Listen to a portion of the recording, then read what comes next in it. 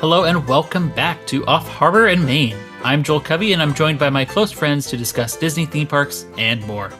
I'm joined by Beth. Hey everybody! Matt. Hey guys. And Derick. Hi everyone. And today on episode 23, we'll head back to 1979 to discuss the history of Big Thunder Trail and reminisce over the awkward hodgepodge but incredibly charming area that was known as Big Thunder Ranch. But first, we'll go around a virtual tropical and I to say hi to my co-host and hear what everyone is drinking today. So let's start off with Beth, as we usually do. What are you drinking this week? Okay, so I don't know if I've mentioned this on the podcast previously, but I recently started for Valentine's Day. My husband asked me, what do you want? And I said, I want a cocktail subscription box. So that's what I got for Valentine's Day. And I went with one called Shaker and Spoon. And so that's what that's what I made myself today. It's a cocktail from there. They had a vodka box and it's vodka and teas. So this particular cocktail that I just got today is called Dragon Tears. And it has oolong tea infused vodka, a pepper cake syrup, which I tasted like separately. It was super good. And then some chai walla and lemon bitters, and then some lemon oil. And it is really, really delicious. It's not overly sweet. It's really good. One-upping all of us, I think, this week. That sounds delicious. It's really good. Sounds good. Anything with tea in it. Yeah, I think when I was getting this box, I was like, oh, Matt would like this a lot. So And not the sparkling tea. Oh, God. Sparkling tea. And what'd you say, pepper cake? Yeah, not sure. I mean, I'm sure that's some sort of Asian cake. I don't know. Do you know, Derick, what it is? I don't know. But it's called pepper cake, but it was sweet, but it's not super sweet in the drink because you just put like a little teeny bit. It's really good. And Matt, what do you have? I just went with something simple. I did some Jack and Coke. It's a long day. Yeah. Yeah. No judgment. It's a spot. Yeah, I was Enjoy. looking at. I got both. I was going to do... Okay, here's a question. Can you use bullet bourbon? With Coke? Could. Isn't it then a bourbon and Coke? Anything. I don't know. I didn't want to... I was going to do it, but I didn't want to waste it if it was going to be terrible. It's not terrible, but it's not the same as like a Jack and Coke. Okay, well now I'm glad that I went with Jack and Coke. Because I still have my bourbon. Bourbon has, or at least bullet bourbon for sure, has more of a sweetness to it than like a Jack, where it has more of the bite. I wouldn't say it works with the Coke. I was talking out of my butt now. Derick, what are you drinking? Well, so I always have like big FOMO. So when Beth mentioned a while ago that she was going to start this subscription service, I'm like, oh, that sounds so cool. I should try that as well. And you know, after all these episodes of like being super jealous of these drinks that you guys are all making, I figured I better start stepping up my game. So I also ordered a Shaker and Spoon box, and I had the rye box, which was actually pretty interesting. Our first one, Beth and I had to share the same experience, but I made tonight a Homestead Old Fashioned, and it actually reminds me of you, Joel, of course, Old Fashions, right? But this one, it has rye whiskey, some winter spice syrup, black pepper bitters, orange oil, and of course the cherries on top. And it's delicious. It's so good. Yeah, it's one really of the best ones I've actually had. So I'm really, really excited. And I made a double tonight. So did I. Yeah, there we go.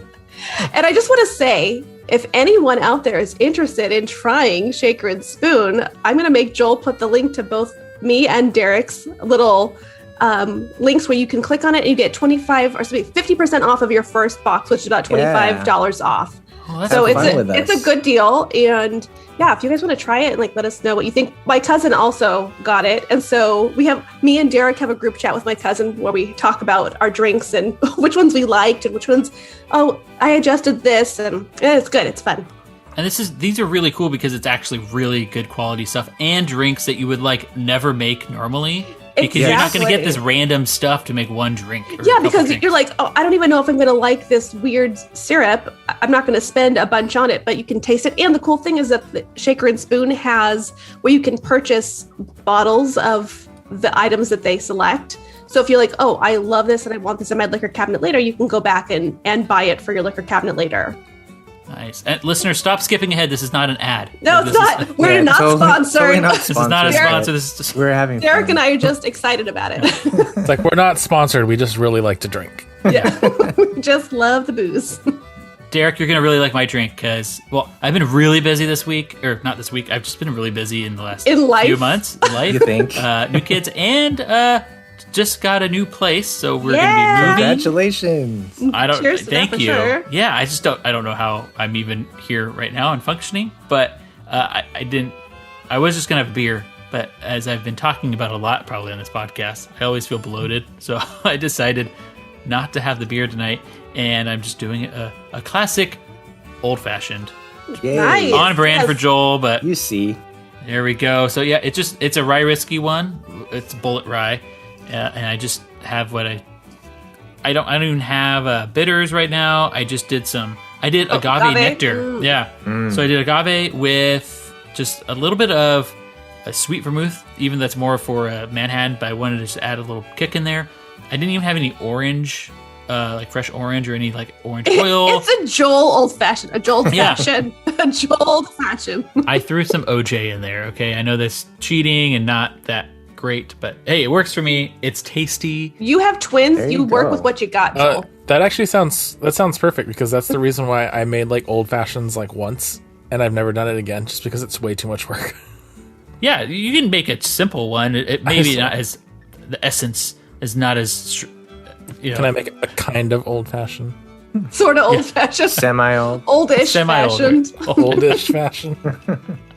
I think that's fair. We'll put that on a menu if we open a bar. Oh, The perfect. Love it. It's just a lazy old fashioned. It's just orange juice and rye. It's like, oh, It's just a Sounds fashion. orange juice and rye. No. That sounds like a drink that like Michael Scott would make on The Office and say it was new.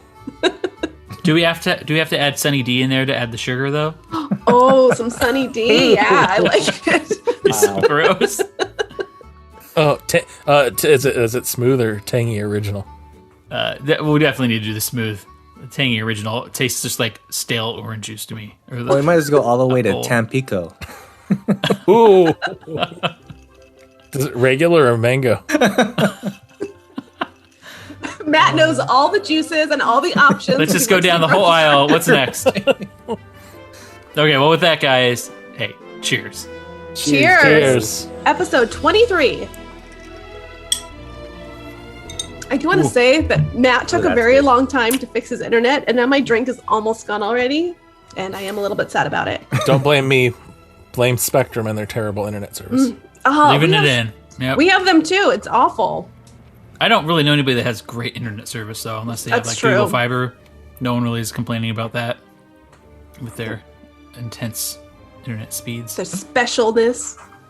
Yeah. Well, guys, damn, has a lot happened since we last recorded. Whew, man. Right? And we are not a news podcast, and I will stick to that. We're not going to be a news podcast, but let's talk about the news. Like Sometimes we just gotta. Well, hey, during this whole pandemic, it's just crazy to think. Actually, through the whole entire time we've been recording, there's Which is been the a whole pandemic. pandemic. Yeah. So Disneyland has not been open this entire time. We're coming up on a year, and it's crazy to think Disneyland's going to reopen, and it's going to be a year since we even started the podcast, and yet we probably still won't be there for a little while. It's just weird to think. Well, yeah. I mean, the new, well, not new, I guess, but the tiers that we're all not used to because we were all annual pass holders and having to navigate that and figure that out, plus everyone trying to get in.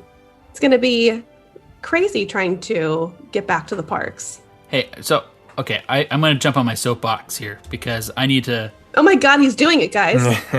He pulled one out. Pull He's it out. standing on it. Oh, it's diapers. It's a diaper box. Sorry, yes. I got to make do with what you have. I have plenty. Okay, no, but I have to talk about how people online are... So I'm being vocal, and I think everyone here is kind of vocal with how ridiculous the 5-tier system is. And then others that aren't even like, they like to call them pixie dusters or people that like always defend Disney, but they're like coming out of nowhere to say like, oh, what's up with these people complaining about the tier system? It's like these APers had no idea how expensive a one-day ticket was. Like, no, we all knew it was expensive. Like, that's why we got the annual pass. No annual pass holder who like goes to Disneyland all the time doesn't realize Disneyland is expensive. We all know it's expensive, but having 5 tiers and making it so much, it's like harder than Disney World pre-pandemic planning. It's not even just 5 tiers. It's 5 tiers and 4 different types of tickets. That is so confusing. It's crazy. I was gonna say those calendars look like rainbows. There's so many different colors and stuff all over it, and I'm like, come on. I'm Derick so posted, intimidated by it. Yeah, and somebody posted to Derick saying, like, hey, it used to be that way before the pandemic. Like, it happened for 2 weeks that it went to 5 tiers. Exactly. 2 weeks, and then everything closed down, and then most of the people who are, frustrated by it are people who were not buying the single day tickets anyways because they were local and they were people who went frequently and used an annual pass because it was the best option. I thought the tiers, maybe not 5 tiers, but I thought the tier thing started like actually a January. lot long. I thought it was I thought it was before that. The tiers were earlier. But it was only for 3. It was only 3 It was tiers. only 3, right? So we added 2 extra. 2 extra, and it's so good. Like if you have a tier 1 ticket, you're not going for the first 2 months. They said that that's completely blocked out anyways. So I feel like why even sell the tier 1 ticket? Yeah, exactly. Yeah, well, why not just wait? I'm assuming it's people who had the tier 1 ticket previous, like before, who purchased it, and then their reservations were canceled because the parks closed. But I mean, yeah. Well, what I'm getting at is, hey, I don't complain too much, and I think I'm allowed to complain about this one, and I think it's a fair complaint. Let's not get on the people upset about Disneyland being a little challenging to get to right now, making it a little maybe harder than it needs to be, even though I understand the demand for Disneyland is insane. Like, I get it. I was not surprised at all that annual pass holders or legacy pass holders, did not get first dibs at the park. I understand that. That's pretty much the reason why they canceled the program to begin with, is because they didn't want a flood of people trying to get in all at once. And this is their way of trying to kind of space things out. But just make it a little bit simpler so you don't have to be. It's like, I feel like it's so confusing to try to figure it out. I don't even want to try. Exactly. No, where I might spend money, but if I have to do so many hoops, I won't at all. And they could just like, here's 3 tiers, and if you can get a reservation, you can get a reservation. If you can't, you can't. Right. And to say about how you said the legacy pass holders, people need to stop putting so much stock into the word legacy. It literally means nothing. It means you're not a pass holder anymore. It does not exist. Well, We're it's just also trying to appease you. It's like you didn't even pay for this time. Like it's you've already stopped paying. They've already refunded for the amount of time that I get you spent. You're a loyal fan. We're all loyal fans. That's great. Disney does not care. Well, it's like the person who bought the SoCal Select annual pass, less than a year ago, but now all of a sudden they're a legacy pass holder. I'm like, excuse me, I'm getting that tattooed on my arm, right? I've had a pass for 20 years. If anyone's going to be called a legacy here, it's going to be me. So the other theme parks in the area or in Southern California, they do not have as much demand that Disneyland's going to have. But they could have made these things a little bit more difficult. However, I feel like they have all made them essentially easy to understand what you need to do and easy to plan for. It's simple. You still have to get a reservation. Like, they're not just going to let everyone in. You have to reserve your day that you're going to come in, right? But the actual obtaining of the ticket and the actual reserving of the day isn't confusing. It might take you some effort to get what you want, but it's not confusing as to how to get it. And I'll even double down on this. It's not that confusing if you read through a giant article that details everything and read up on it, you can get it. But do we need to do that much to be able to go to a theme park where you're trying to escape reality? Yeah. I mean, I feel like it takes like a lot of effort and a lot of work, and maybe that's intentional, but like, why not then just tell me straight up, like, okay, you can't come for a few more months or whatever the case may be. I'd rather just, have it straightforward that way, whether rather than having to like feel as if I'm like dumbed down in a sense to where I can't actually figure out how to get into the park. Yeah, and with 5 tiers, so you have to, let's say you look, you go, okay, I'm going to buy this tier.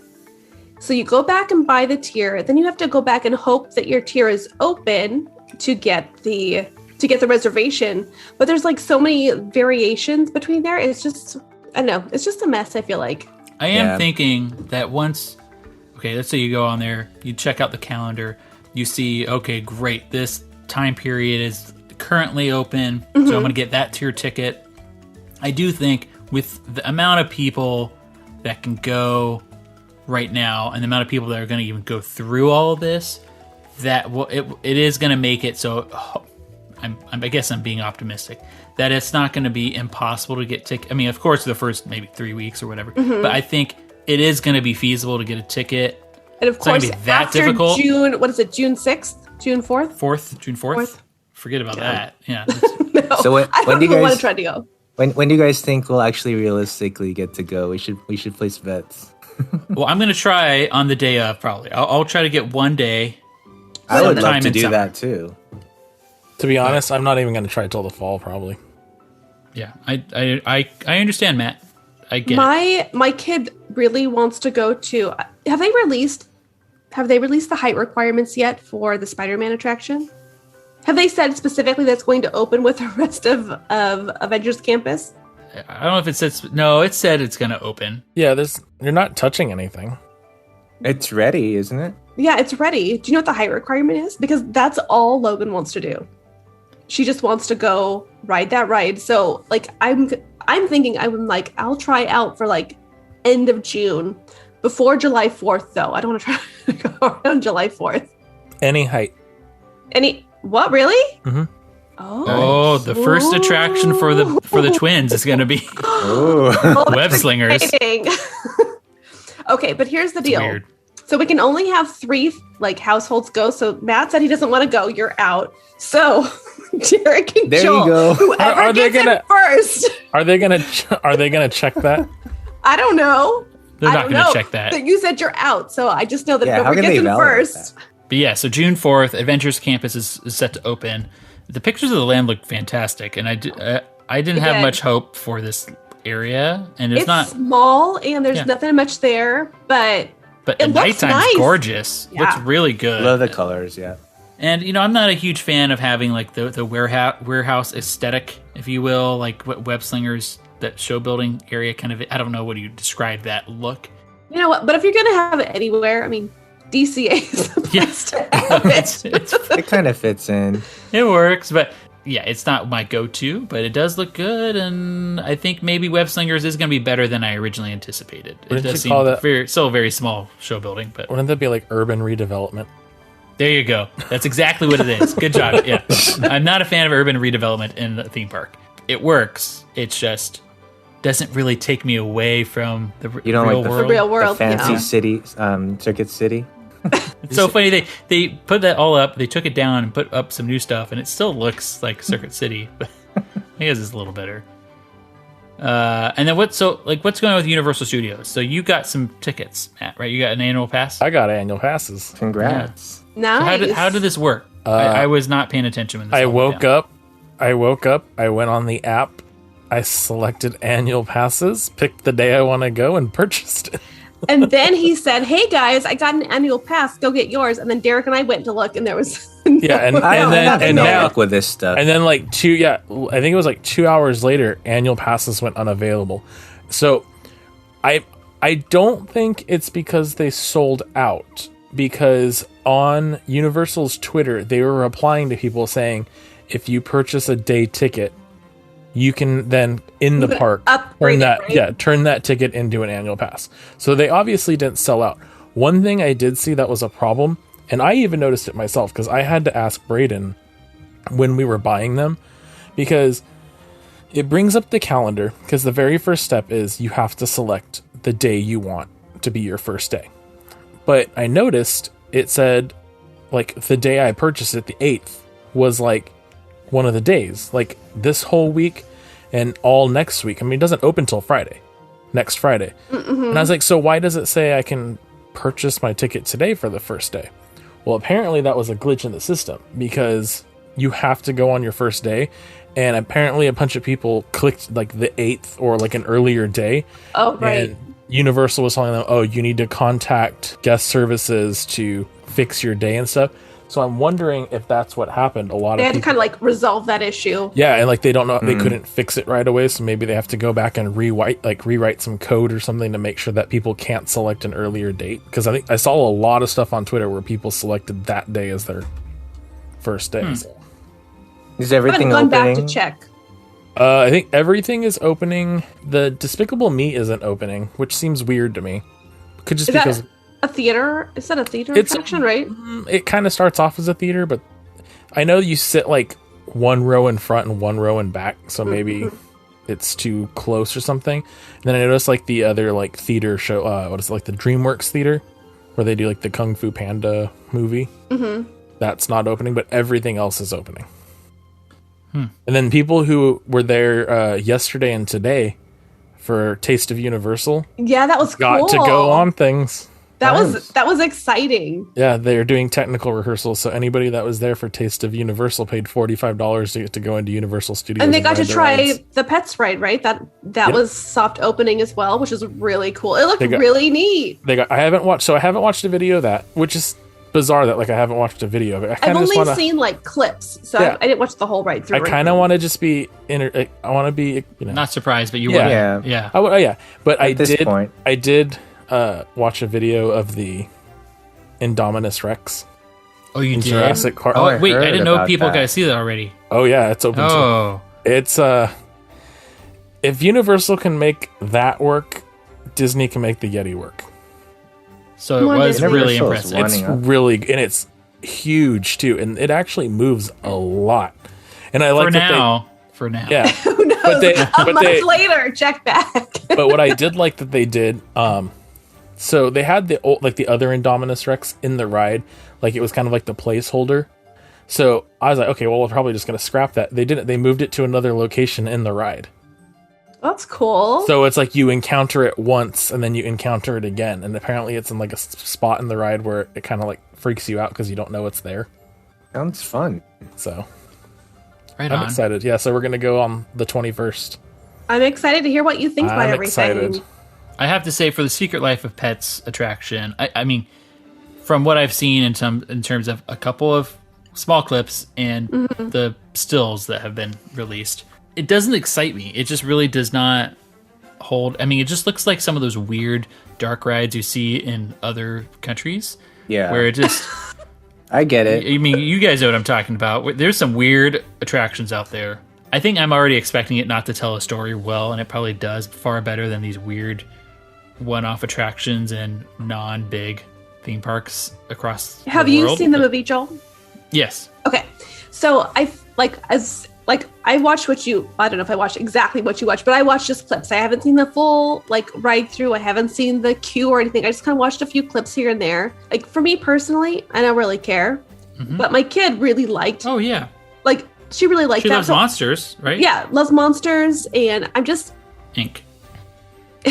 all monsters in general, really, to be fair.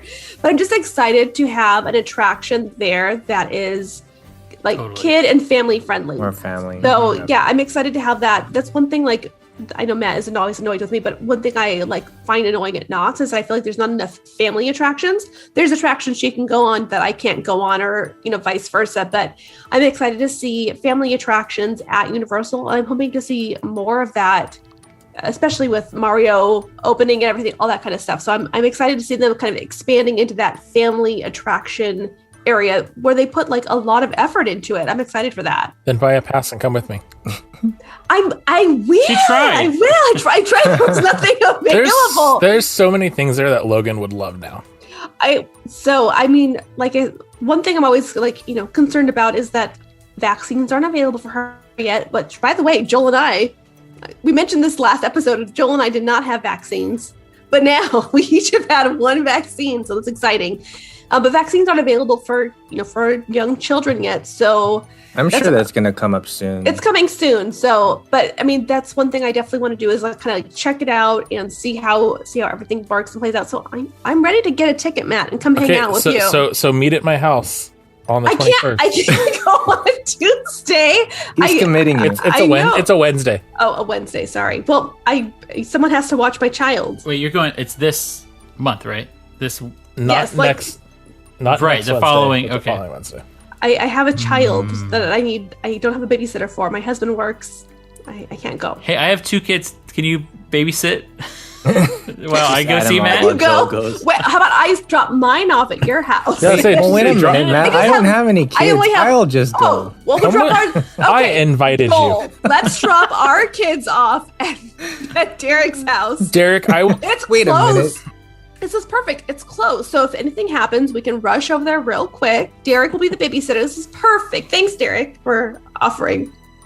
Just let them cry for a while. It's okay. Okay, fine. they'll be fine as long as you get the food in them. You have cats, right?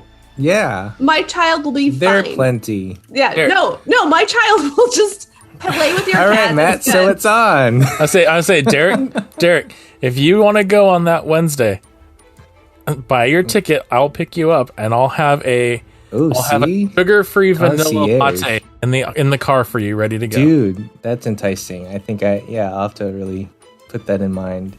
Well, I was just gonna say though, like my only gripe about Universal, and not to get too far off on a tangent here, but I don't like how they take stuff out to replace them with new things. And They don't have any space, Derick. Yeah, exactly, they but kind of that's the thing. It's like, so it's like you have to sacrifice, and it's like they don't expand. It's like it's just recycling. What did they there, sacrifice that you miss outside of? I don't know. Well, what did this replace? Was it Terminator?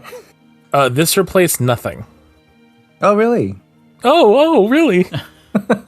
Hey, Derick. Hey, you know that big Galaxy's Edge land that opened at Disneyland? Maybe. Wait till you hear what it replaced. We're gonna talk all about it. Hey, you know that Avengers campus that they just put in? Oh, R.I.P. Heimlich. Oh, no one cares about that place. What? How dare you are out of this podcast? The Bugs Land? Did you not like Princess Dot's Puddle Park? Matthew and I No. love that. Wait, really? You can go to the park and play with a hose or something. Okay. Well, I I'm did. sorry to say, In Derick. Princess- Wasn't it a giant hose? It was a giant hose. I went to a park and played in a hose. And then, hey, go ahead, Matt. I was gonna say, when Derick says they keep replacing everything, I'm like, they really haven't replaced anything. The only thing I think the biggest loss was the Gibson E.T.? Amphitheater. That's not a loss. E.T. Go to Florida. Yeah, ET it's in Florida. sucks. I never went to ET in Hollywood. I've only been neither. to It was Florida. the best. Same. Yeah, I Welcome say, home, Derick. The Gibson Amphitheater was like the only like big thing that was like removed recently. Everything else was just kind of replaced, but with other things, other rides, anyways. Well, okay. Well, and then what about Knott's? So Knott's is opening up in May. We don't have a set date, correct? At the time we're recording this, sometime in May. so. Boysenberry Festival ends on the 2nd, so I'm pretty sure Knott's is going to go through all the way with that. Yeah. Yeah, makes So, sense. makes sense. And I mean, I think for them and how they operate, and I'm no like professional on this, but I think they're probably like, this is working fine for us right now. We'll get this thing finished out, get things settled, and then they can open up. Yeah, I mean, I'm early sure May, they're mid-May. planning things and figuring things out at this point, but They rode this pandemic really well. They did it the best, They yes. started at the beginning, and they've just gone through with these food festivals all the way Yeah. through. It helps when people forget about you. Right? Though, like, come on. Like, no one was, like, pressuring Knott's to make sure they're doing things Yeah, that's true. Is that our first No t-shirt? pressure. It helps when people forget about you. off Harbor and Maine. Yeah, so, I mean, hey, there's been a lot of stuff that's happened here. Six Flags is open, and if you want tickets, you can go tomorrow if you wanted to, I'm sure. That's heading there right now. With a flamethrower. We could have done a whole We could have done a whole just on episode. the stuff that's Yeah, been we going on.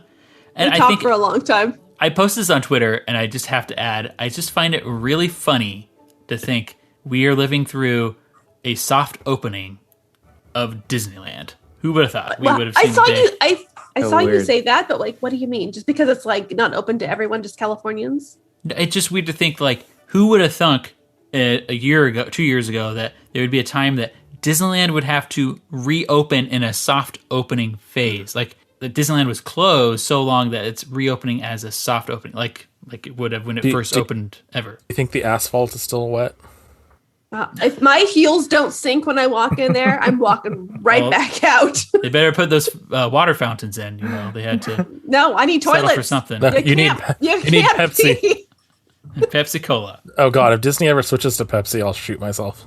Oh, that would be terrible idea. Awful. Did not switch to Coke? Knott's is Coke.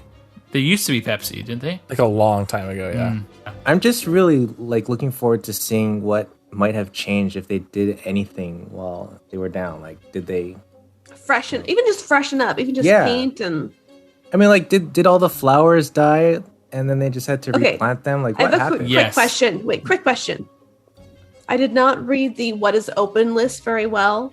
Is Haunted Mansion opening with? Okay, Haunted But Mansion is opening. Joel nodded. I See, that would I be just thought, interesting. okay, But with no Because stretch room. but they did updates to it, right? Yeah, and they keep talking about some Yeah. surprise new enhancements. Is it? Do you think That it's? is. I want to know what they are.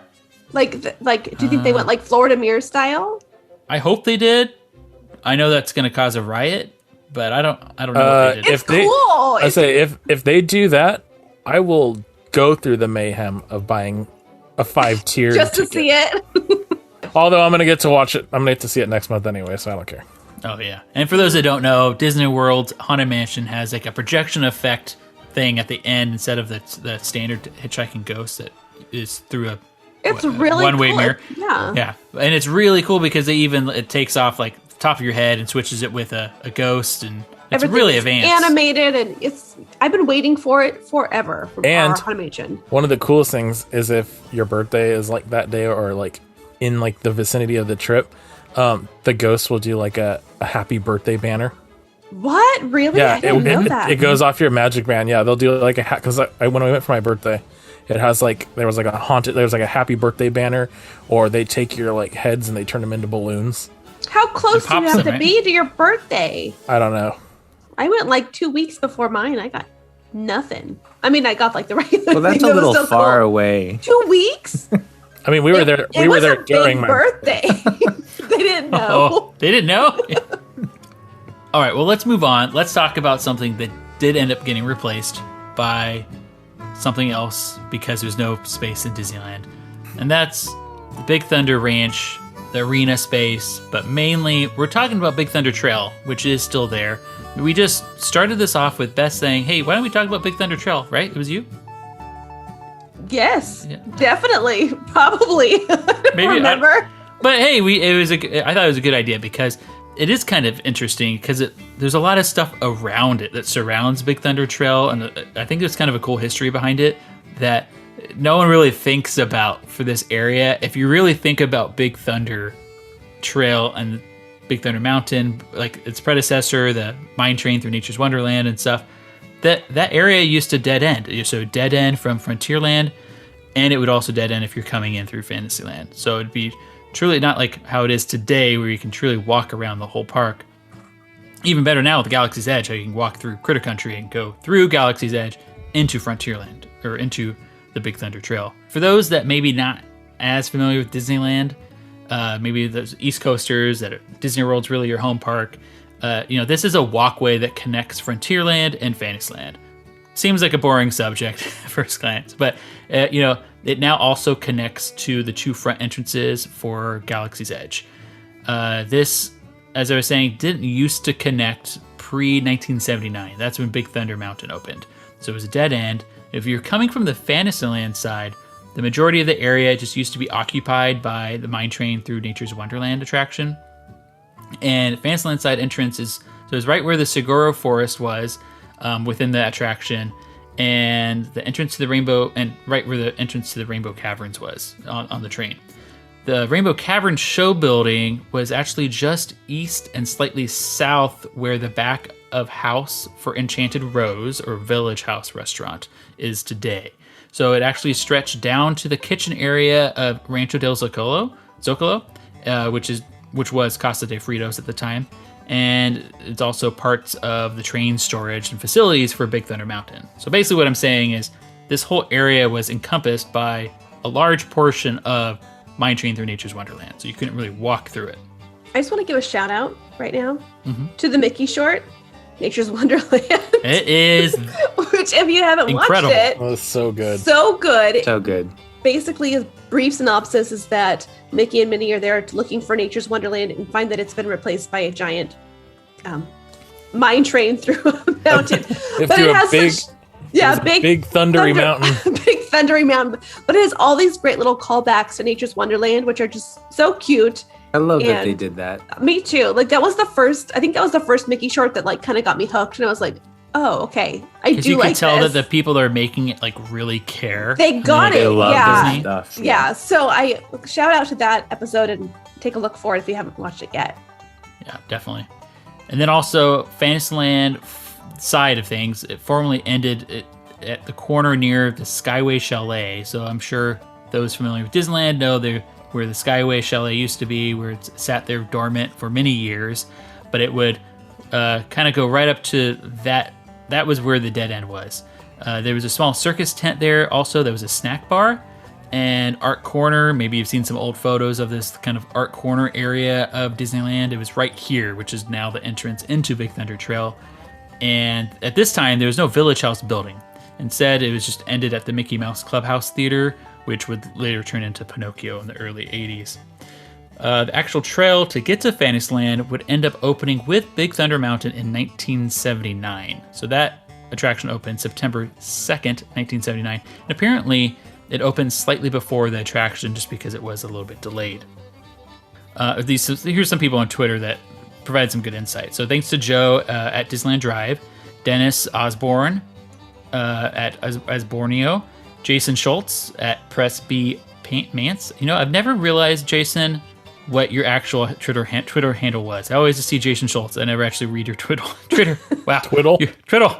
Don't twiddle his handle. Your Twitter handle. Wow. The Press B Mance. Sam Carter at Cartarsars. Wow. This is fun. Are you Sauce? Yes. Poor Sam. I really wish I was. I really should actually get Maybe on you that. should refill that. I'll get on after this. So Sam Carter at Carter Sauce, who just started his own podcast. I think it's only on YouTube right now, but it's some good stuff. I'm excited that he's starting something. He has good content. Also Patrick at Wally Bogue and Alex the Historian. He's at Alex A Historian on Twitter. They all verified some things, and I appreciate you chiming in to some of my random questions on. Thanks, guys.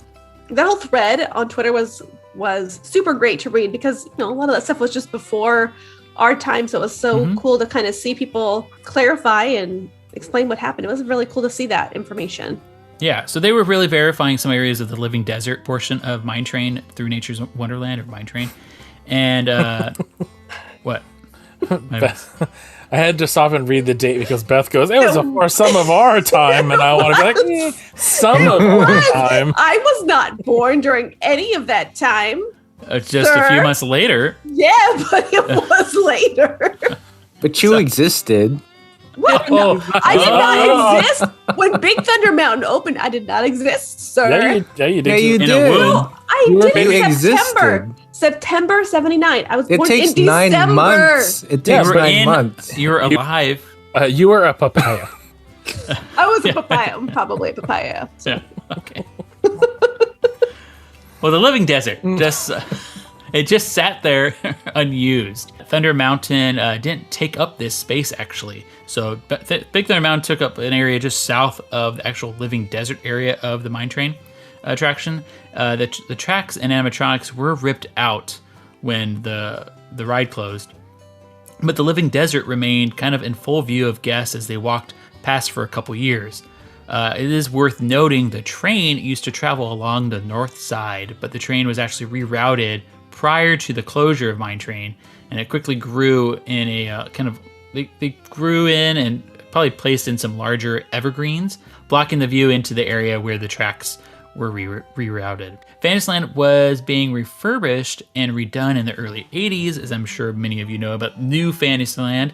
And it appears during the construction, it was used as kind of a staging area for construction too, which makes perfect sense. Be a good spot to kind of stage your construction equipment as you worked on Fantasyland right next door. If you're coming from Frontierland, once the Thunder Trail opened, you of course have those caves on the left-hand side, which are still there today. Those were the actual caves used in the mine train ride. It's so cool to see that, like, from this whole like attraction that was, from so long ago, but we've all heard about it for so much. It's still, those pieces just there for so long. And up through the early 2000s, you could still see a lot of the train track. Well, you can still see some of it, but the train track that went along the rivers of America, you still had one of the Mine Train Through Nature's Wonderland railroad trains. The cars were just sitting out there on the track. They got so destroyed that I think they finally just said, we need to get these out of here because they are completely deteriorated. Now. Yeah. But so those sat there for a long time. And then there's the Bear Country section of Mine Train, which had the trestles going over that pond, which is still there today. But unfortunately, there was a trestle that came out and it had an ore car that was sitting at the end of the train tracks, but it just kind of fell off, like it deteriorated over time. But unfortunately, tree fell in January of 2005 and knocked down the remaining portion of the track that was going over the water. So I was hoping they would rebuild it when that happened, but instead they just removed it. I think the ore car, right? It still sits there at the edge of the cave, and there's some lights. It did. Yeah. But it's still a very cool area. They still have some jumping fish in there that you can still trick people today to say, look at the jumping fish, and they believe it's real, even though it's nice little trickery. But yeah, it's a cool little area. It's nice that it still exists. It's from so long ago that it's still a little piece of Disneyland that's like, so close to the opening. It's really cool to see. Yeah. And it is such a nice area to walk and like stroll through. It's one of my favorite like quiet spots of the park. Just to be, you feel like you're kind of in nature, especially now that it's smoke-free. In nature's Wonderland. Yeah. Matt brought up a good point. Now it's smoke-free too. Yeah, it was a smoking section for a very long time, or kind of towards the middle of the path itself was a smoking area for a long time. And and there'd be no way to get through there without. So if you definitely hated the smell of smoke, it wouldn't be the best path. But okay, I'm going to edit that in. The ranch eventually opened in 1986, and that opened June 22nd, and would go basically, it was kind of off and on. There were some parts of it that were closed and kind of sat dormant for a while, but it would go until January 11th, 2016, when it finally closed for them retooling the whole area to be the entrances and part of Star Wars Galaxy's Edge. But this was also known as the home of the happiest horses on Earth. Something mentioned on the Disney Parks blog is how this idea for Big Thunder Ranch was originally conceived in 1984 by Dan Stark, who at that time was the area supervisor and department manager for the Circle D Ranch, which is located just past the berm. This is an old trail that the pack mules used to get up and go over the railroad tracks. And it was in really good shape. Could get horses there from Circle D, which is just behind this mound. Cast members used to actually use this trail when they parked at Ball Lot, which is right next to Mickey and Friends parking structure, so right behind it. I'm sure you've seen the lot back there. People would be able to go from Ball Lot, go through the backs of Fantasyland basically, and go through this old trail. When I worked there, I actually did not realize this was part of the pack mules trail, and that's actually really cool that it was. But yeah, you would go over this little trail and it would take you lead right into the back of Big Thunder Ranch and the arena area. And I even watched the fireworks from there one time when I probably shouldn't have been watching fireworks there, but it was actually not a closed off section. So you actually kind of squeeze behind a little old tunnel that I'm not sure if that was part of an old tunnel for the train or just an access tunnel that was used previously, but there's this tunnel back there. Then you would take this little trail, and there's really large trees there. It was very kind of scary, and people would even call it the Blair Witch Trail when I worked there because it was kind of eerie. But you could watch the fireworks, and at that time you could see the launching pad perfectly from there. But I'm like, I have some trees above me, I should be fine. Sure enough, I had some fallout that hit my hat, but luckily I was wearing I was wearing a Wow. hat. That was part of my costume. Was it your Fantasyland hat? It sure was. Did Yeah, it burn a hole? it did not. No, but at that point, I was like, not a good idea. Okay, let's keep moving. But at the end of the trail is actually a structure, or was at least. It was called the Pope House. Many people know about this house. It was used for a long time over around Circle D, kind of as an office or kind of a break area for those working there. But it now sits in the parking lot of TDA, or Team Disney Anaheim. Thanks, Galaxy's Edge. No, because of Galaxy's Edge, they had to move it. So at least they kept it.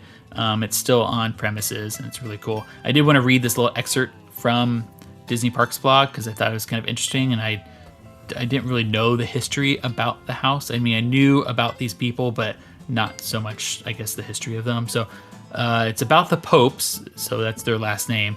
Owen Pope met Dolly in December of 1929, and they were married on July 13th, 1935. Together, they showed horses at fairs throughout California, living out of their 30-foot van. In 1950, Disney legend Harper Goff saw them showing horses at the Pan Pacific Auditorium in Los Angeles and recommended that Walt Disney see their show as well. Walt was interested in small ponies and equipment for a project he was working on, an amusement park, which he planned to build adjacent to his Burbank studios at that time. In March 1951, Walt met the Popes for lunch to talk about their ponies, which they thought he wanted for a film. It was at this lunch that they told him about his plans for building a park. Do you think that they had lunch at the Tam O'Shanter? Oh, 100%. Oh, they had to. yeah. Great restaurant for those that don't know. In Burbank? Glendale. Glendale. Mm-hmm. But so basically what's happening here is they were temporarily moved to the studio lot during the construction of Disneyland. And basically what happened is Owen and Dolly were given the choice of the houses that were being moved. And the house that they chose was moved to the 10-acre pony farm, which would go on to the Circle D Corral that we know today, which is no longer there. But that's at that time it was still there. But yeah, so it's kind of weird that they lived at the studio lot for a little while and they decided to move back and they lived in that house on property right behind How Fantasyland. cool would that be? Can you just can you That's imagine? special. Can you just walk?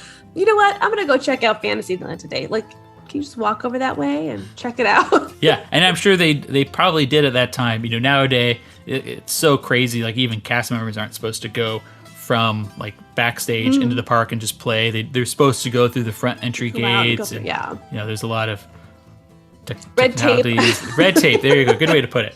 But at that time, you know, if you look at old overheads of Disneyland, you could just walk in. There was it wasn't gated all the way around. Can you imagine? Okay, you're the Popes. Disneyland is closed for the evening, and you're like, you know what? Let's just go take a walk, honey. You just go take a walk on the path. You just walk around. You're like, oh, here's the rivers of America. Let's just walk around. I really want to take out an Indian war canoe. That's kind of one of those. Let's just hop on and see what happens. Yeah, could you imagine really that cool. for your backyard? How amazing would that be? Yeah, it's really neat. And then there's also the log cabin that also came along with Big Thunder Ranch, which sat there for up until its closure. And this log cabin was originally just for show. You couldn't even go inside it. It was built by the Rocky Mountain Log Company, and it was later used as a gift store, including as a Esmeralda-themed spot during the Festival of Fools show, which we'll talk about in a little bit, and also as a children's craft center and a place to meet Santa. Decor would change seasonally towards the end there. It would even be called Miss Chris Cabin. And behind the cabin, I thought this was really cool. There was the donkey horseshoe pile. Did you guys see this over there?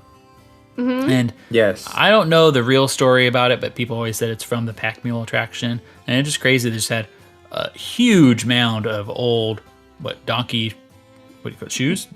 Shoes, yeah. Yeah, horseshoes, donkey shoes. But yeah, it was kind of neat that it was just sitting back there, and it's just this relic from the past that was still visible from the park. Then I guess we can move over to the petting zoo, which kind of aligned right next to the cabin. So Yes. The The best part. Those goats were so dang cute. The petting zoo originally took up the festival arena, which actually I didn't know myself. It was a large area for horses and had large playpens back there. It was removed to make room for the Hunchback of Notre Dame show called Festival of Fools, which began in June of 1996. That show would end in April of 1998, so just under 2 years. Which is crazy. That was like a huge, like the stage that was made for that was that huge theater in the round. That was huge to only last for 2 years. The thing is incredible. Like, really, it was a good feat, I think, for Disney to make that type of show there. I don't think it could ever work today, just because we're too spoiled, even with like where we sit and hang out. Oh, you had to stand for the whole show, and there was like a sitting area around, because it was like in the round. Yeah. But you would. It was just weird if you think, like, it was a hot day or if it starts to rain. I mean, it was out in the elements. It wasn't like a ton of cover or anything. So it was very different back then. And that wasn't that long ago. It was not. Yeah. And with the petting zoo, I don't know why. Like, it's one of those things that always makes me laugh, and it's so stupid. But I remember there was like a sign at the front of the petting zoo. It said, like, things to do and things not to do. And one of them said, like, please don't put your hands in our mouths. We do not like it. And then I laughed because I was like, oh, I think most strip clubs have that too. Wow. And now, does anybody remember this or know if this is true? I thought I remember there was like kind of a pinned area along Big Thunder Trail on the opposite side, like kind of on the Big Thunder mountain side of the trail. Isn't that where the turkeys went? Yes. Well, I think the turkeys, I thought there was other stuff, but maybe it was just the turkeys. But there was a pin over on that side too, correct? I feel like you could even see it in the ground, like this little area that used to, like, you could see where the post would be, and then they eventually ended up paving over it. Nonetheless, I believe there was an area there with more animals on the other side of Big Thunder Trail. I did want to mention, since we're speaking about the petting zoo itself, or the petting area, Mickey Moo. Mickey Moo was there for a while, from 1996 to 2001. So in case you guys don't know, Mickey Moo was basically a cow that was at a dairy farm, had a shape of Mickey Mouse on her, and she was poor at making milk, and the farmer's daughter contacted Disney and was like, hey, she's not doing it for us, but she's got this cool Mickey shape on her. Do you want her? So she was actually lived at Walt Disney World in 1990 in an area called like Grandma's Duck Petting Farm. And then it had to be closed when Barnstormer was built over at Walt Disney World in Magic Kingdom. So they transported her over to Disneyland, and she lived there from 1996 all the way until 2001. Until she ended up in Tomorrowland Terrace. Oh, God, wow.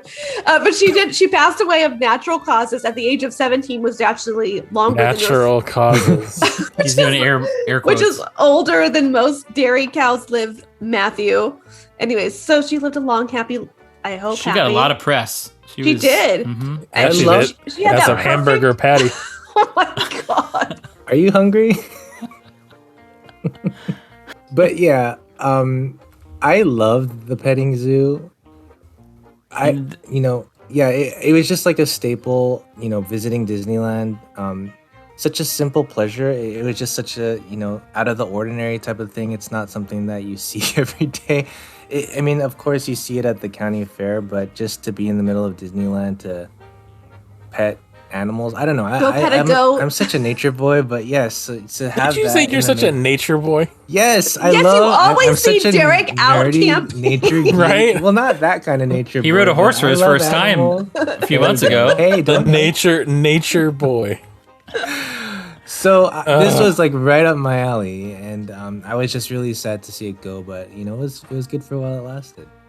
I also wanted to mention that it's kind of like closed and reopened and moved its spaces a couple of times, but I just don't want anyone to forget that in 2004, it was reopened to tie in with Home on the Range, the Disney classic, Home on the Range.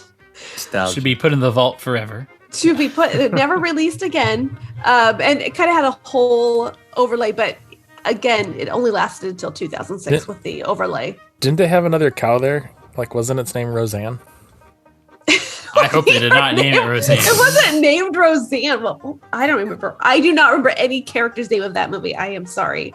I saw it one time in the theater with Derick, I think, and Joel. And that Possibly. was enough for me. One time was good enough. Oh, we should plan a Disney Plus night with Home on the Range. No, we shouldn't. No. Live watch it with alcohol. No, you know what we All do? I'll watch Home on the Range with you. If you watch National Treasure with me. Double feature. Ooh, let's do it. Okay, I will, but it has to be after. Anybody listening to you're this drunk. podcast, if you loved National Treasure, I want you to @Beth on Twitter and tell her how wrong she is, and the Just movie is amazing. @Beth. Let me know. With your best Nicolas Cage gif. Beth at Pixie Dust Vibes, and Just tell her @Beth. how terrible she is for not wanting to watch National Treasure. Hey, I just rewatched that again a couple weeks ago, and it holds up. It's so good. So good. Okay. And now we're getting a series and another movie. With Nick Cage. The movie is going to be like the movie will follow the stories of the movies, and then the new series is like a whole new story. Will Nicolas Cage be in the Disney Plus series? Probably not, Then I will watch it.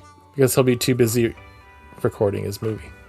Okay, well, I will watch the Disney Plus one then if he's not in it. It's like the least Nicolas Cage movie of all Nicolas Cage movies. I've watched That's too many true. Nicolas Cage movies, so they all feel like too much. He's not like a character of himself like he is in every other movie. This one is like he's pretty tame. I really think you should watch it. I will watch it with Matthew if he watches Home. I don't even want to watch Home on the Range. Why is that? Okay, I'll think of another movie, but I don't want to watch Home on the Hey, if I drive down after you get your second shot and I bring food and liquor, can we watch National Treasure? Is it appropriate for a 5-year-old to watch? So like anything like okay, Yeah. then yes, I'm in. I think it's Wait. PG. Bet that's Will- like in a few weeks. All right, back to festival arena. I say let's get this mine train back on the track.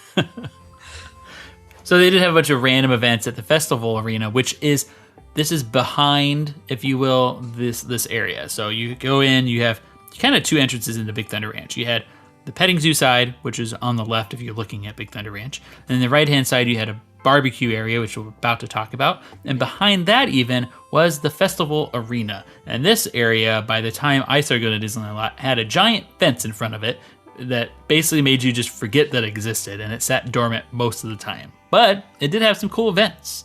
It did. Kind of like in 2011, they kind of started utilizing that space a lot more. They had a whole bunch of events right at the beginning of the year in 2011. They had the Fiesta Disneyland, which I did find a picture of myself with Matador Goofy. I will send it to you. Oh, that's good. Yes. So, which was just kind of celebrating Hispanic culture, and it had the mariachi divas. Matt Of knows my course they did. favorite. And then they had a Disney's Kickin' Country weekend, which had Cowboy Mickey, Cowgirl Minnie, Pecos Goofy, and they all kind of featured these little carts that had artisans from all around the area that there would be things featuring Hispanic and Latino items for the fiesta, and then they had I don't even know like country things were there. I did not go to that one. I don't know what was in that one. And they had a whole thing called the Character Fan Days, where they had a whole bunch of just the random, rarely ever seen characters. I remember that? that one. I remember that one. That was cool. Didn't they have the villains tent? I think so. They had like a villains, and they had like a bunch of like the Disney Afternoon characters from like the 90s that were there, and I had like a lot of the Robin Hood. They just had a bunch of rarely seen characters that they had. And then they also had a Lunar New Year festival there as well, that went for like 2 different weekends through February. It had Mulan and Mushu. Weekends. Yeah, that whole beginning of that year. They had Mulan and Mushu, and they had a bunch of the colorful performers and characters. I'm pretty sure they did not have anything over at DC at that time, so that was kind of the beginning of Disney kind of celebrating the Lunar New Year, which is really cool. And they had a bunch of photo locations over there with characters and stuff. And you had all the characters in their Lunar New Year outfits, which was really cool. And they also, at the same time, well, slightly afterwards, they had a Mardi Gras, but that was only in New Orleans Square. So it was different.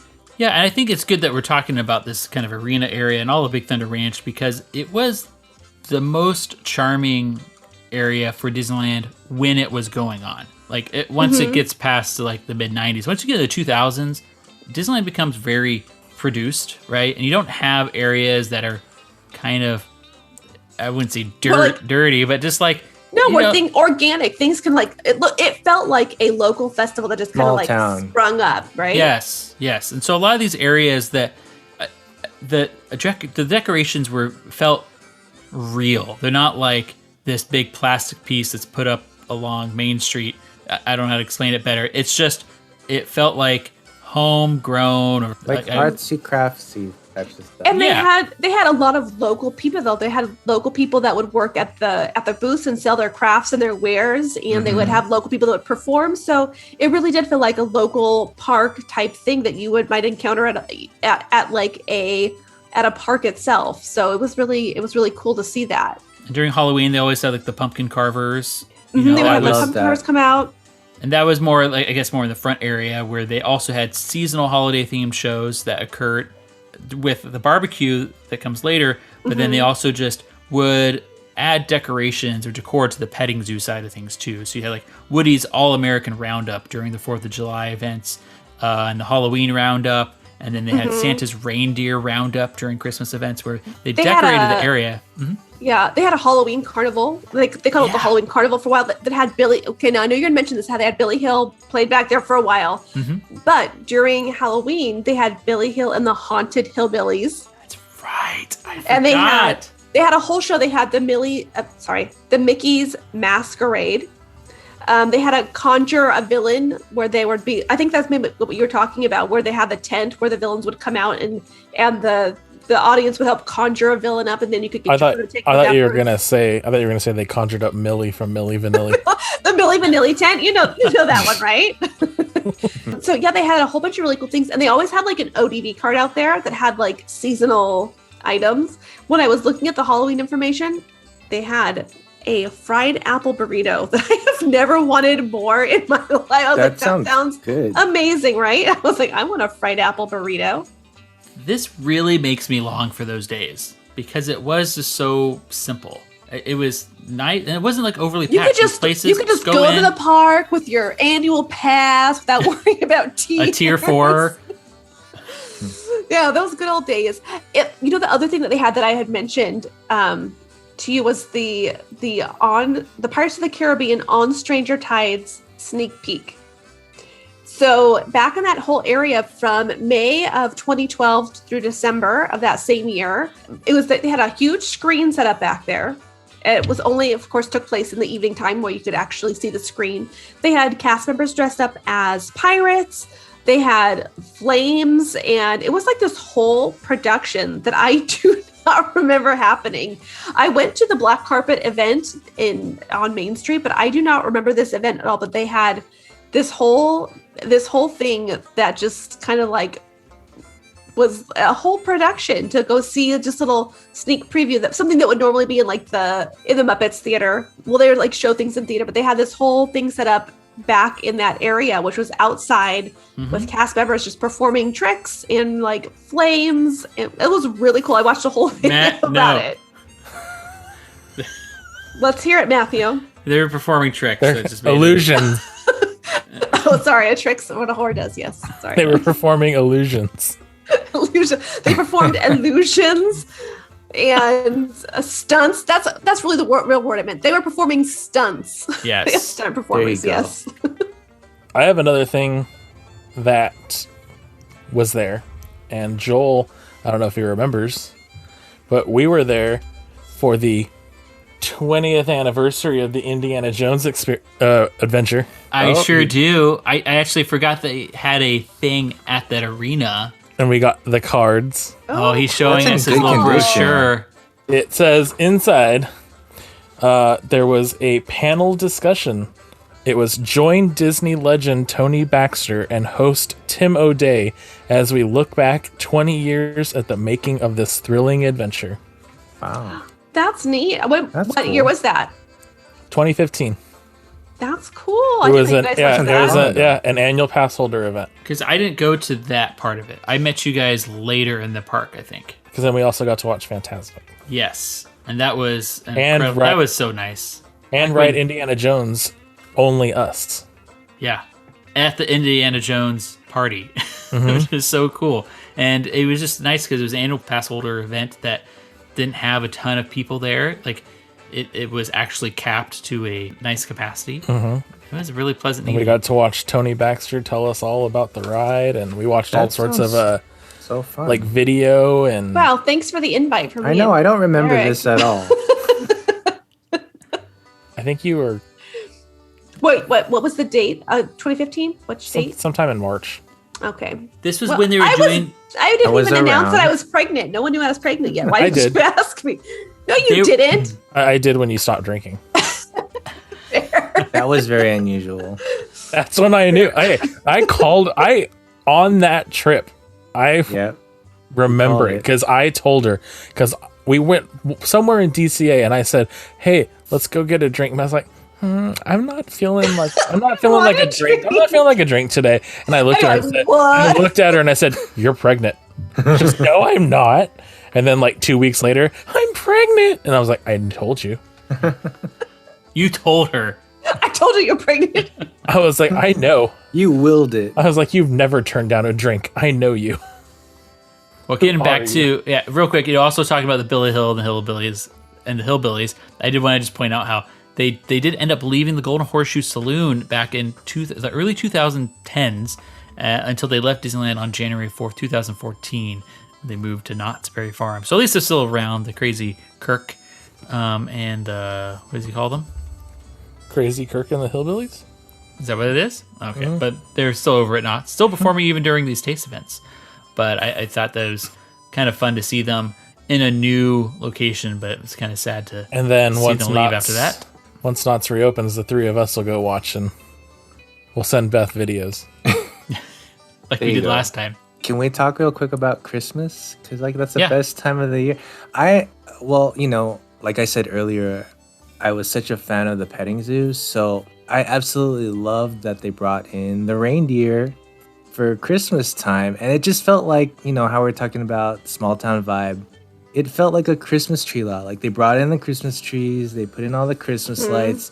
You smelled all the smells. I think it was like the only time that I've met Mrs. Claus, right, Beth? Like you and I Yes. took a photo with her. It was really good. Along with Santa Claus himself, but just the whole vibe there, it felt very Christmassy. Like I think they had like a sleigh that you could sit in for photo ops. Right out in the front. right? Yeah, you got that sleigh. Yep. It was such a cool feeling, and again, just felt like you were in a far off place in the middle of nowhere. But It did not feel like the middle of Anaheim. Exactly. No. Yeah. Yeah, and also something really nice that they did that I felt like was more on the, not all the bells and whistles per se. It was just the Big Thunder barbecue area. I thought was I never even ate there. I think you're the only one did, right, Beth? I think so. Yeah, you missed Yeah, out. I missed out. It was Should have good. spent It the was, money. it was the all you care to eat. And I mean, if you're considering like prices, like today's prices, you'd be like, oh, that's a good deal. It was like $25 for dinner or something like that. It was all you care to eat. It was barbecue. They had ribs, they had chicken, they had baked beans and cornbread, and then they had like cupcakes at the end for dessert. But it was really tasty. They always had entertainment up on the front. People were dancing or singing or whatever, but it was really enjoyable, and the food was decent. It was good. Was it really only $25? Because it I seemed think- super expensive to me back in the day. I think 25. Okay. Oh, here, I wrote it down here. Oh no, I didn't. Let's see. I think I saw $29.99. That's not that bad. That's not Yeah, bad, it was- but at the time it was like the only thing that was premium. That's Yeah, it was expensive at the time, but yeah, it was really good. Oh, dinner was 30, lunch was 24, kids were cheaper. Yeah, that's like nothing today. Yeah, today we would think nothing of paying. We're like, oh, that's a great deal. But yeah, at the It's time like it did seem a little Carthay high. Circle, and it's like $100 a person after drinks. Yeah. Well, this opened actually, so December 14th, 1986. So it's just a few months after the ranch actually opened. And it originally had barbecue beef and chicken served from chuck wagons. And it changed its name and theme on June 20th, 1996 to become, you ready for this one? Hope you're sitting down for it. We are. Festival of Foods. I do not remember Festival of Fools. That's actually pretty clever. No, it's not. No, it's I not. like it. But yeah, so I didn't know about this myself actually until we were researching for this. And this reverted to Big Thunder Barbecue on May 30th, 1997. And that remained opened through January 20th of 2001. And then it reopened in 2009 as Celebration Roundup and Barbecue. So it did sit dormant for 8 years there. And That's hard to believe. But we all met, well, most of us met After via, it well, we met, closed. in 2003. And that's when we had a meet there for the discussion board that we were on in 2003 or 4. Yeah, I think it was 2003? Yeah. And good old Cynthia Harris was there. Yes. Yeah. That whole She back gave us a area was signed reserved button. for It felt us. special. It did. At the time it did. We all hated Cynthia Harris, but we took it. Let's Yeah. say, Derek, did you throw your button at her? I should have. And Mickey Mouse was there. So they had that Help me. site had to spend a lot of money. Yeah, that I mean, it's crazy to think that a little website was able to reserve that for us, but it was cool to be back there and enjoy that whole area. So it's kind of exciting. Yeah, and it's cool that they tried to bring it back, or they did bring it back, and it looked like it was pretty successful. And I kind of shame on me for never eating there. I almost went. I think we actually attempted the last week of operation, but it was either It was packed, it was probably. packed, or we couldn't go in because of reservations or something. So we just gave up. But yeah, that was Big Thunder Barbecue, and then that ended up closing January 10th, 2016, with the rest of Big Thunder Ranch to make way for Galaxy's What Edge. became Galaxy's Edge? Galaxy's Edge. Good old Batu. So I definitely, Batu. Batu. I definitely think, obviously, Disneyland needs to still have places like this. And what's happened, I'm not trying to get deep or anything, but I really feel like, Disneyland's going away from having these type of experiences that really, I wouldn't say set them apart from the other theme parks, because the other theme parks have charming things like this, like Knott's Berry Farm. But I think what's happening is, for myself, I'm starting to find things I really love about Knott's Berry Farm because I'm missing it from Disneyland. That's true. So I just hope Disneyland and Disney theme parks in general can find a way to have these type of small scale events back in their parks. I'm not saying they don't have any. There's still, I'm sure there's some that we could think about. And Can we? I'm thinking about it. And non-ticketed. The characters that they have kind of right now has seemed where it seems like it could feel organic. I don't know, I haven't been there yet, but where just the characters kind of appear.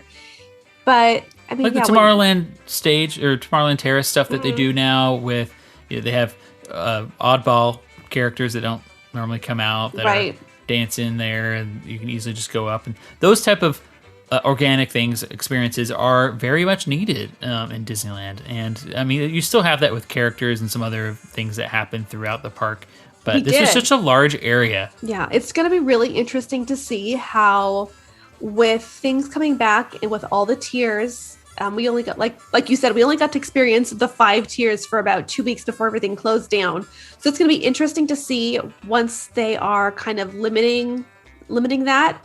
Will there be more space for these things that feel kind of natural and organic, or will the scheduling of everything and having to schedule your tier and then get your reservation, will that feel too scheduled? Will they be able to find that balance? It's a question of what we'll have to see, what will come.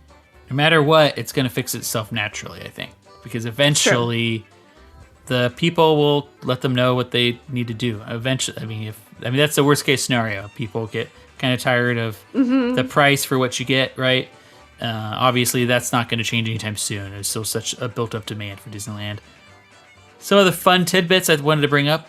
We talked about this in one of our C episodes, how there's a carriage in front of the entrance to Galaxy's Edge that says the Wilderness Expeditions and Delivery Service, and has luggage addressed to Jason Chandler, which was the president. Well, yeah, but what was he supposed to be of Discovery Bay? Oh, he was a character at Discovery Bay, which was supposed to originally be built in this area of the park, which was a Tony Baxter brainchild that never came to fruition. And then, so that's kind of a cool little call out as you're leading in to Galaxy's Edge. And also for Toy Story, there's a sign on the post office along Big Thunder Trail that warns locals to watch out for rattlesnakes inside of their boots, with an illustration of Sheriff Woody's boot. This is a reference, of course, to Woody's line, "There's a snake in my boot." And this is also the area for a long time Woody and Jesse would meet, kind of in that area often. Well, I thought that was really nice to like go down memory lane and reminisce about the simpler times in the park.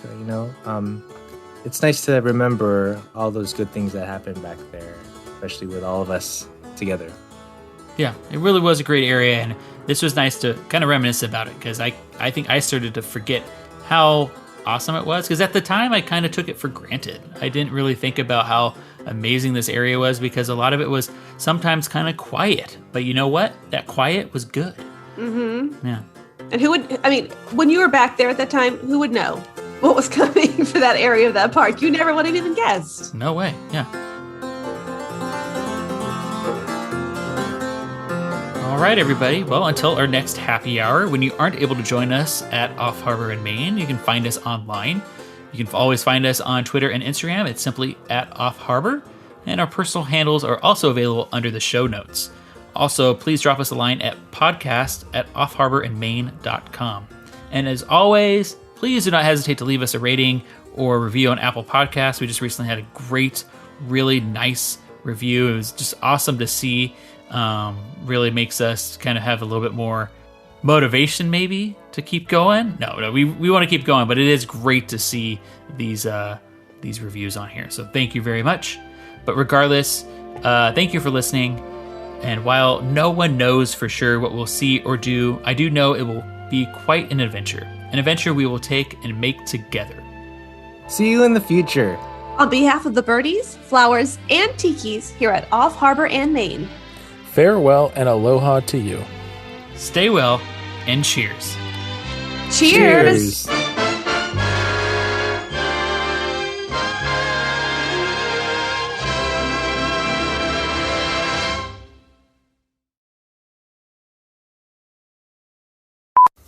Oh, it's just so crazy, like everything going on, and to be able to do this. And I think Vicky hates me for this, but she allows it. So We love you, Vicky. Put this in. We love you, Vicky. Everyone say it together. We love you, Vicky. Love you, Vicky. That's good. Now it just sounds like a cult. We love Vicky. You have to say it's like monotone. Vicky is our queen. We love Vicky. We love you, Vicky. Our ruler and ultimate goddess. Sorry. That's how we end our prayers. Instead of saying amen, sorry. Can you just ask her one thing? Can you ask her to make sure she gets us all matching Nikes and shrouds? So, okay, yeah. We're done. When she tells us she's done with us and we need to go home. My drink's gone. I'm sad. Do you need to go get another one before we I'm move on? still enjoying mine. I don't know. I probably It's better really not. All right. Are you drunk? But I don't want to be by the end. All right. I have to read my notes. In this area of the park, which was a Tony Baxter love child. No, it was one of his things. Sexy. Yeah. It was his brainchild. Yeah. I like Love Child better. Maybe. But- we don't know. We don't know what the relationship was. It could be either or. Love child work. No.